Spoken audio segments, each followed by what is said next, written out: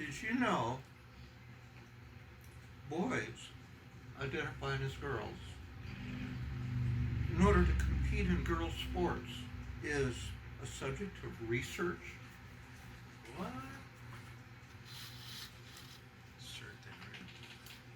I didn't until a couple of weeks ago when I was challenged about it. Did you know the majority of sports venues in the U.S. only let boys compete against girls if they have their testosterone levels below a certain number for the past year by using drugs? Did any of you know that? No.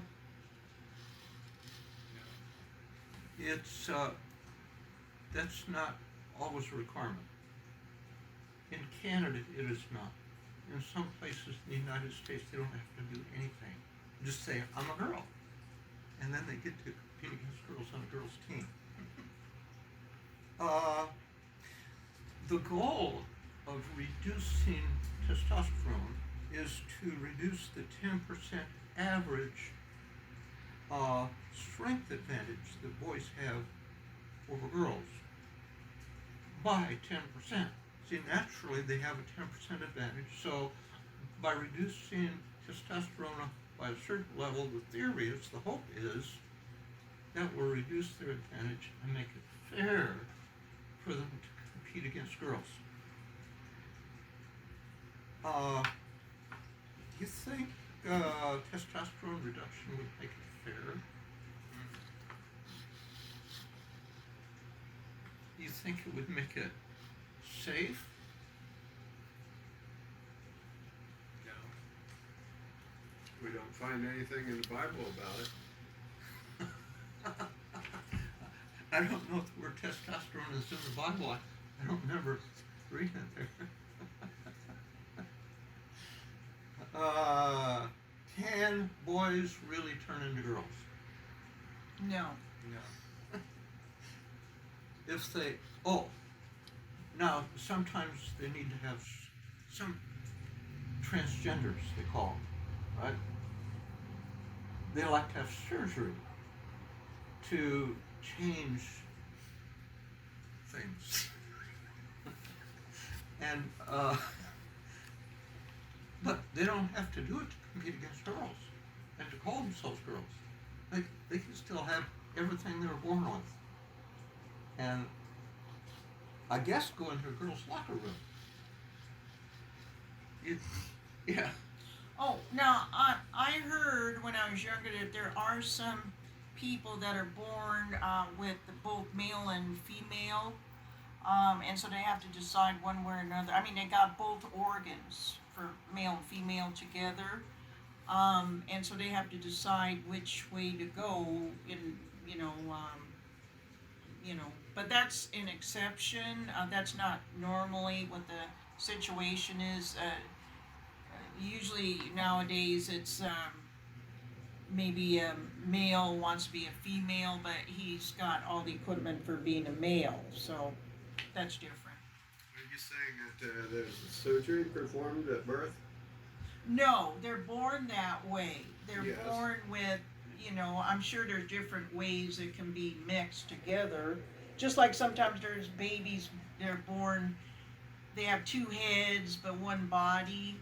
Yes. Or sometimes they're just joined together and they have to be, if it's possible, cut to be separate people, and sometimes not possible. Yes, that is a rare situation. There's an acronym for it, DSD or something. I can't remember what it was now, but it's very rare. And of course, that's not what, as you say, that's not what we're talking about. Yeah, that's unusual, as far as I know.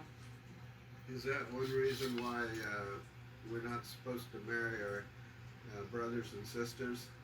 We're supposed to be further down the line, so to speak, in marriage, that can create problems like that?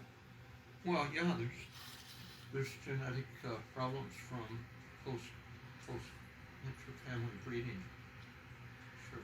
I don't know if that's necessarily what causes them to be born, with both organs for both sexes. It could be maybe the mom took some chemicals or just something just unusual that just happened for whatever reasons. So if you're a girl and a guy comes into your locker room looking for the world like a guy, would that dampen your interest in sports?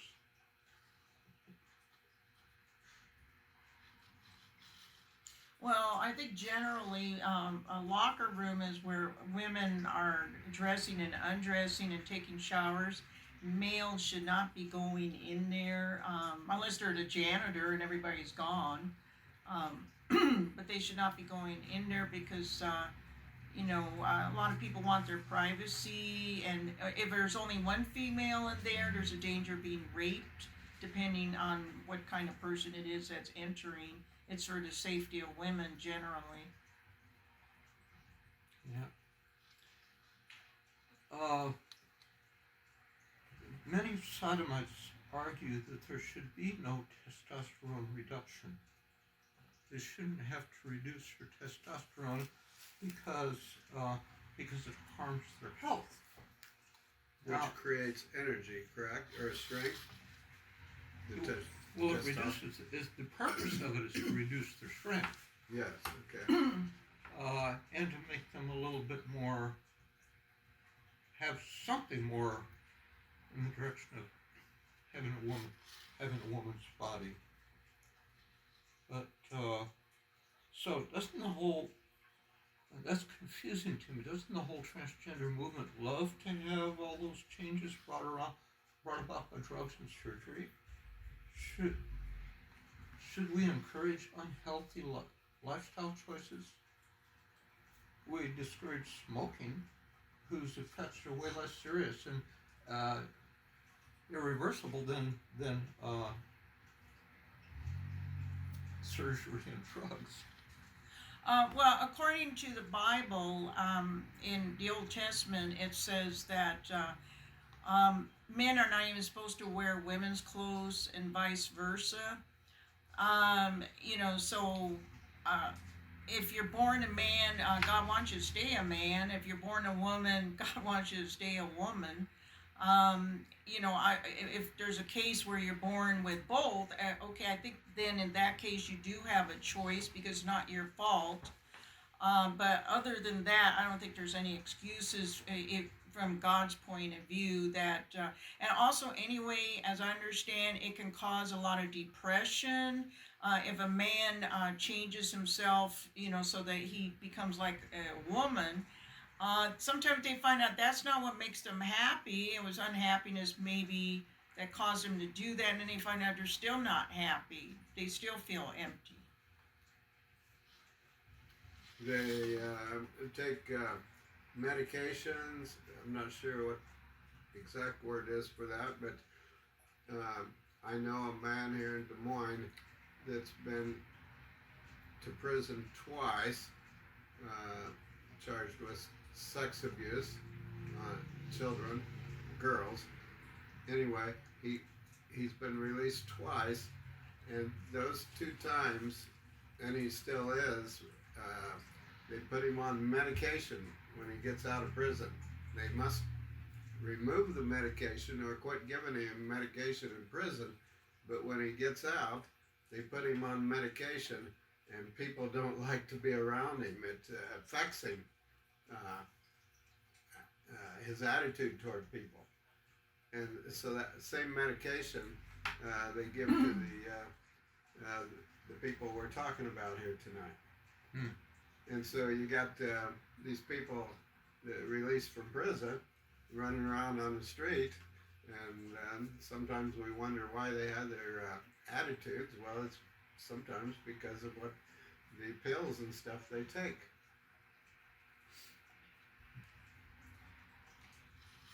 Here is the argument that sodomites give for saying that it's fair and it shouldn't have to do any testosterone reduction or surgery or anything other than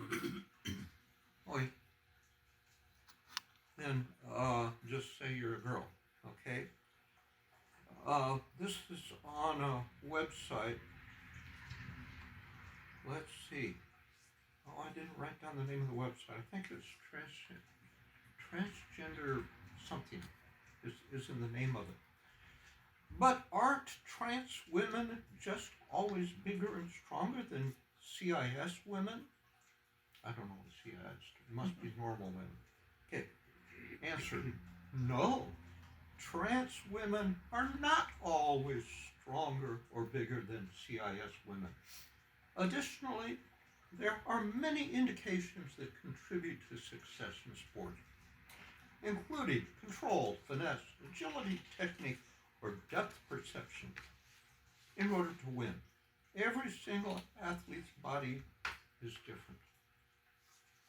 In other words, some girls are stronger than some weak men, so it's fair.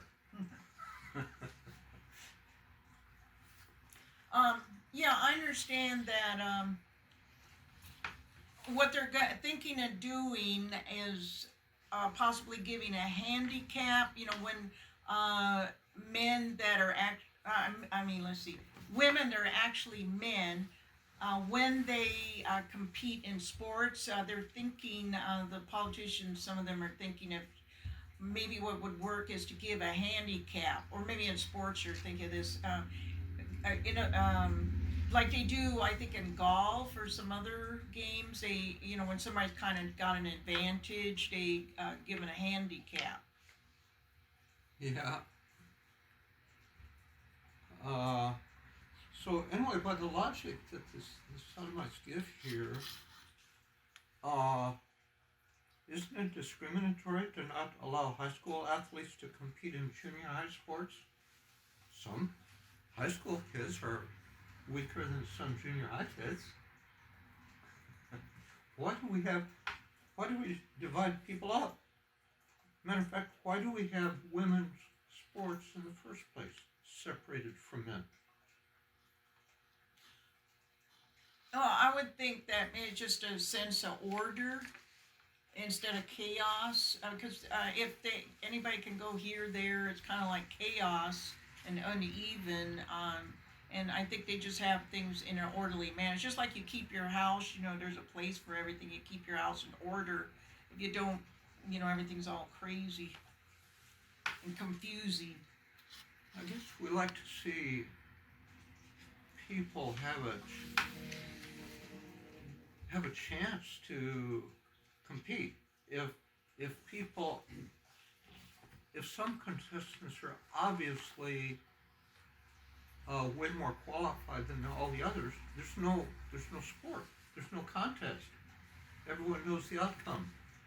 So that's what we have Special Olympics. We don't allow professional athletes to contribute. Ezekiel 22, verse 26. Gives one of the reasons God judged Israel and was about to destroy the land with a Babylonian invasion. It says, "For priests have broken my law and have defiled mine holy things.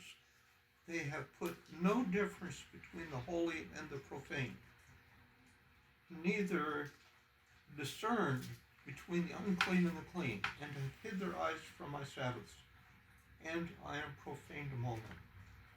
So does that apply to our laws which require equal rights for sodomites?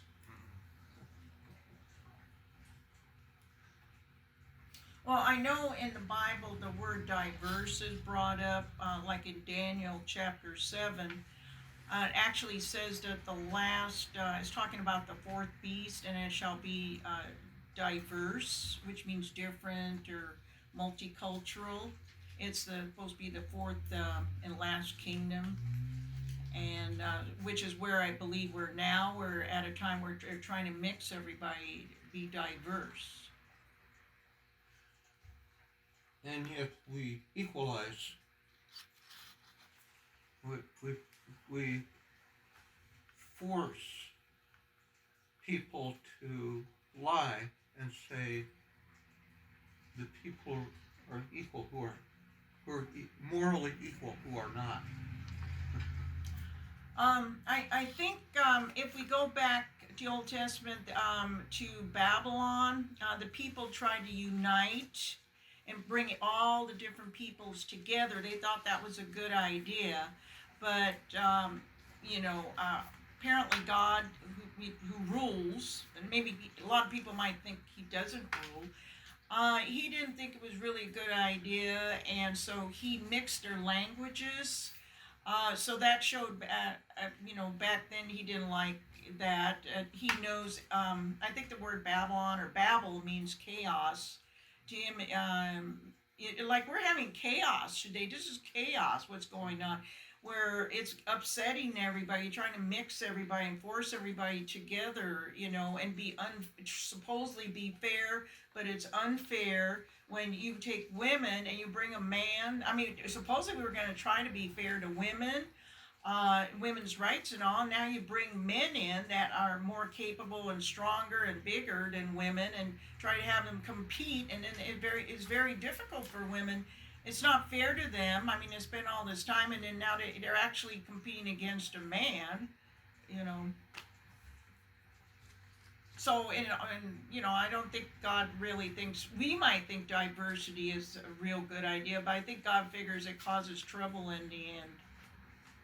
And it's not good for us. It causes wars and divisions and unhappiness. Well stated. Thanks. Unhappiness. So, question is, why don't transgenders have their own sports events? That's a good question. I would think then it would make sense, and if a reasonable thing would have transgenders compete against transgenders. Everybody wins, supposedly. And the people that aren't revulsed at the idea of them can watch them. Yeah, anybody, it's supposed to be, they have as much right as anybody else, so, but if they want to compete against each other, I don't see, that's a win-win, Now the claim of sodomites that identifying as a woman makes you a woman is so they're so serious about that. They so double down on that concept. But let me read what they say. When discussing trans people's participation in sports, it is not appropriate to compare men and women. Men who are, say they're women, and women. Trans women are women. And trans men are men. Women who think they're men are men. When trans women compete in women's sports, there are no men competing.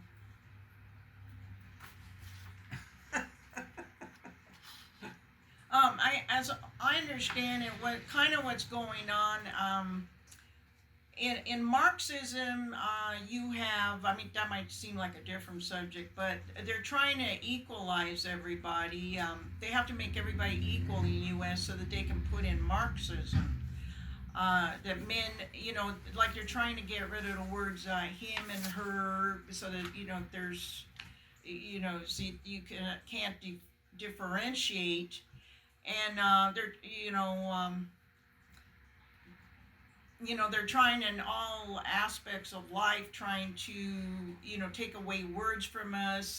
But they're kind of lying to us. And the whole thing, I think, is a trick to put us under Marxism, which is not a good thing. It wouldn't be fair to everybody. A lot of these, the minorities don't realize that under Marxism, if you own a house, they'll take away your house eventually. If you own a business, it don't matter if you're a minority, they're going to take away your business. And then everything will belong to the government and be centralized.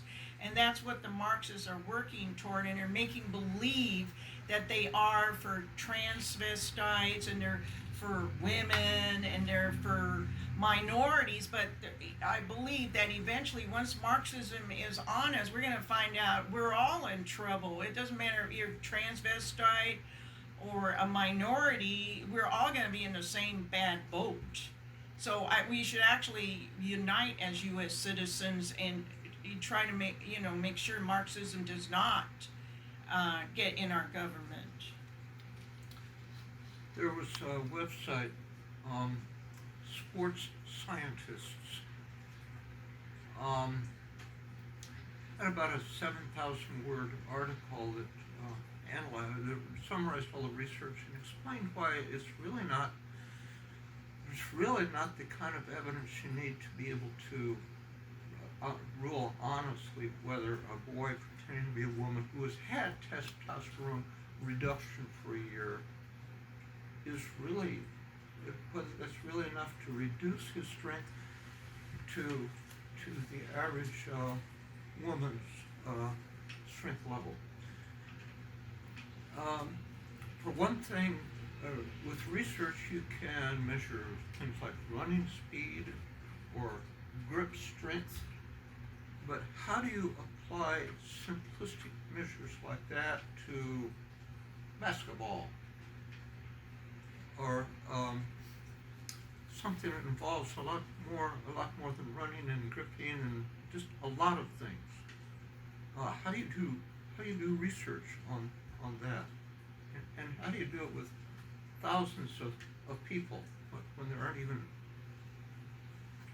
thousands of transgenders involved in sports yet, so that you can have real research?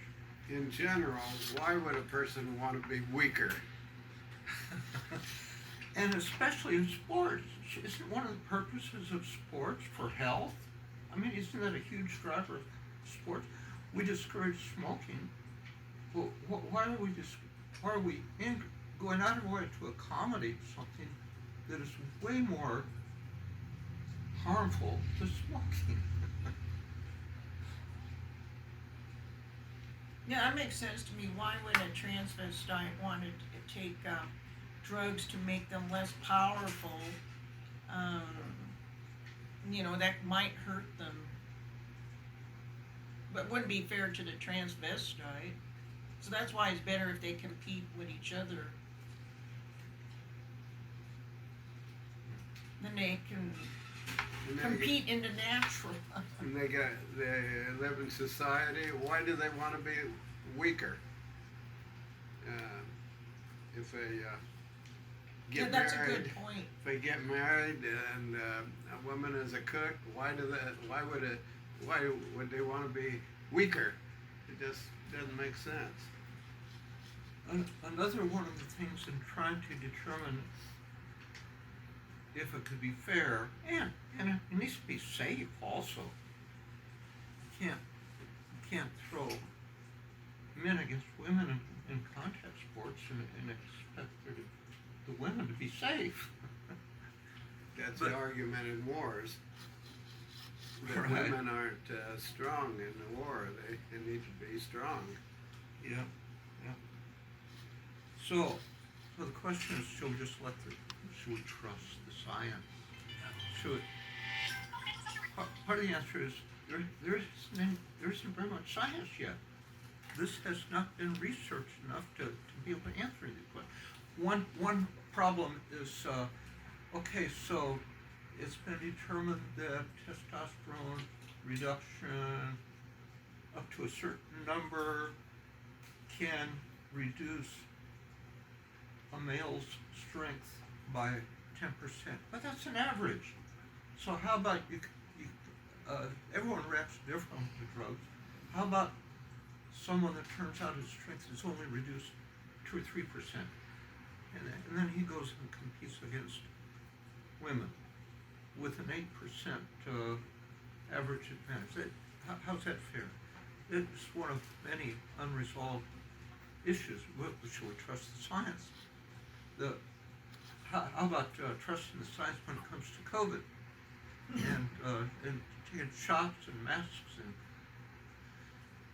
and I think the science is the idea of scientific consensus is an oxymoron. Scientists don't agree on stuff. the essence of science is to question, to test, and to disagree as much as they can. You go into court, and if there's a lawsuit, they bring in a scientist from each side brings in a scientist, and the two scientists, expert witnesses, testify under oath with opposite conclusions based on the same set of facts. And if they do that in court, why should we be surprised if they do it during public political discussion?